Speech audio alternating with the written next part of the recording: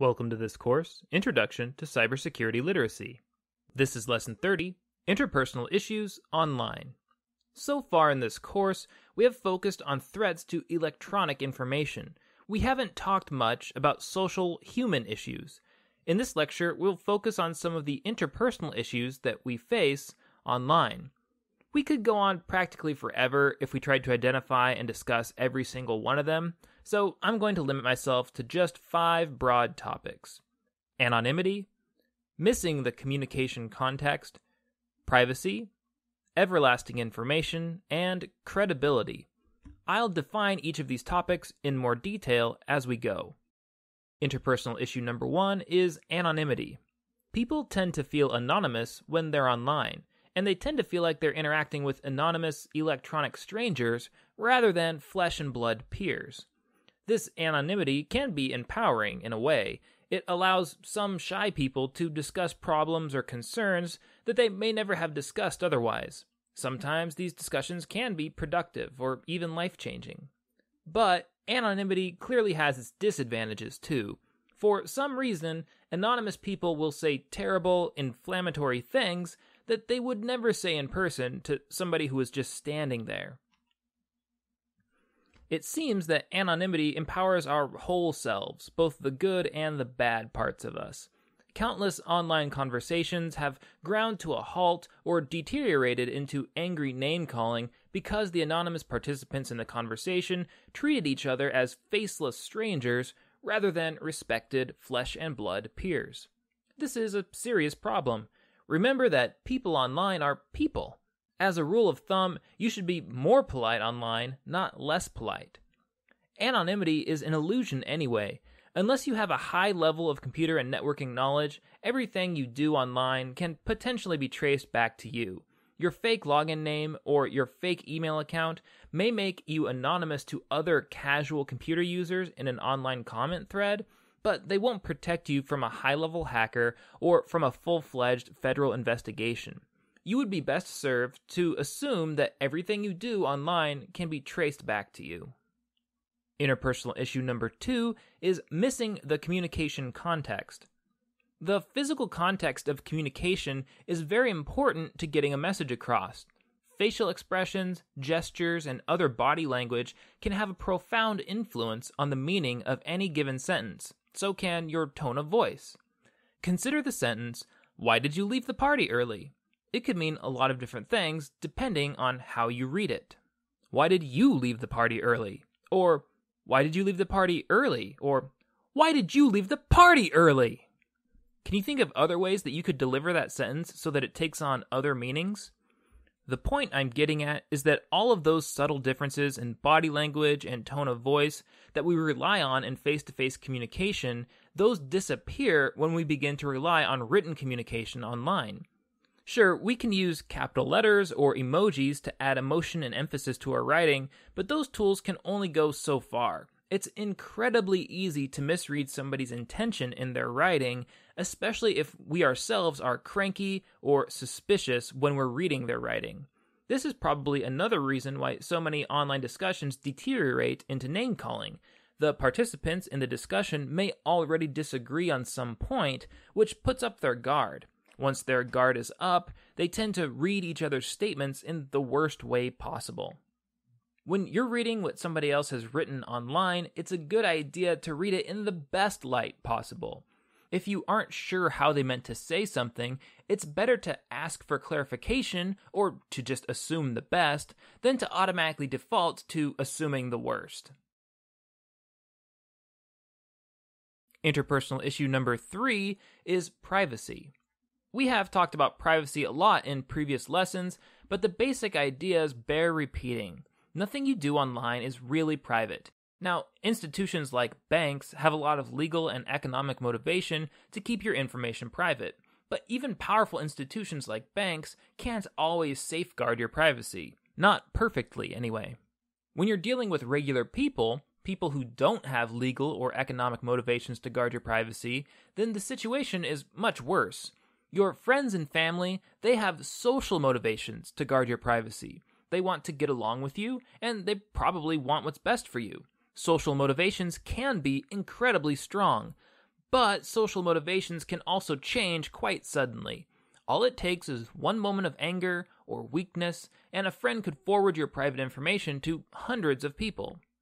The best mindset is probably to simply accept that nothing you share electronically is really 100% private.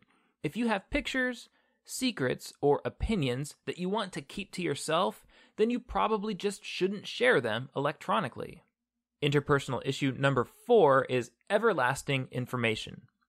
The internet is made up of millions and millions of computers spread across the entire globe.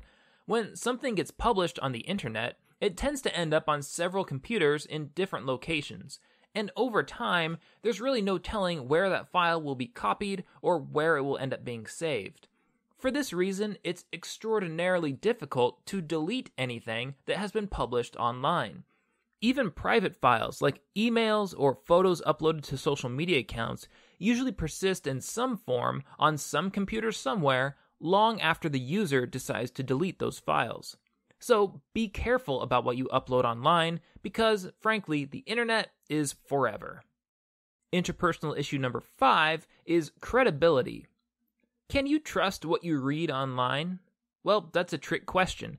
It invites a simple yes or no response, but the best answer would be more complex than that. Some things written online are trustworthy, others are not. There are many different communication media: newspapers, books, letters, emails, instant messages, websites, telegraphs, smoke signals, face-to-face conversations, and many more. Any one of those media could be credible or not. Credibility isn't tied all that closely to media choices. It's tied much more closely to who said it, what they said, and under what circumstances they said it. Let's imagine that we have a friend named Cindy. Let's say Cindy gets this email from her grandma. Can she trust it? The subject line says, "Come to the family reunion." Dear Cindy, I'm supposed to spread the word that there's going to be a family reunion at the park by my house on August 12th this year. So, this is your invitation. Please come. Love, Grandma. Yeah, Cindy can probably trust that email. If there was going to be a family reunion, Grandma would probably know, and it's difficult to imagine why somebody would hack into Grandma's email account to send out fake family reunion notices, so we can probably safely assume that the message is genuine. Now let's imagine that Cindy gets another email from her grandma. Can she trust this email? The subject line says, forward, forward, forward, reply, reply, forward, forward, OMG, the moon! Dear Cindy, I know you like science, so this made me think of you. Love, Grandma. Fact of science. Citizens, make sure you watch the sky on August 12th this summer. On that day, and on that day only, Mars should appear almost as big as the moon. It's a fact of science that once about every 637 million years, the orbits of Earth and Mars swing extraordinarily close to each other, bringing the red planet practically within shouting distance of the terra firma. Don't miss out, unless you can wait another 637 million years. Sincerely, Dr. Joseph von Doctormann, Chief of Spatial Studies, NASA. Cindy probably should not trust this email. There are a lot of problems with it. For example, how could Mars, which normally appears as a small reddish dot in the night sky, get close enough to Earth to look moon-sized? And if such things were possible, wouldn't you expect Mars to approach the Earth slowly over a period of many nights, looking bigger and bigger each night, instead of suddenly showing up moon-sized on one night? And doesn't Dr. Joseph von Doctormann sound like a made-up name? And we can tell from the string of forwards and replies in the subject heading that this is a chain letter, and chain letters are frequently full of misinformation. And if you were interested in science, and if NASA astronomers had really made such an extraordinary announcement, wouldn't you expect to have heard about it sooner from another source, somebody besides Grandma? Clearly, this email is suspicious. So you can trust some things that you read online, but not others.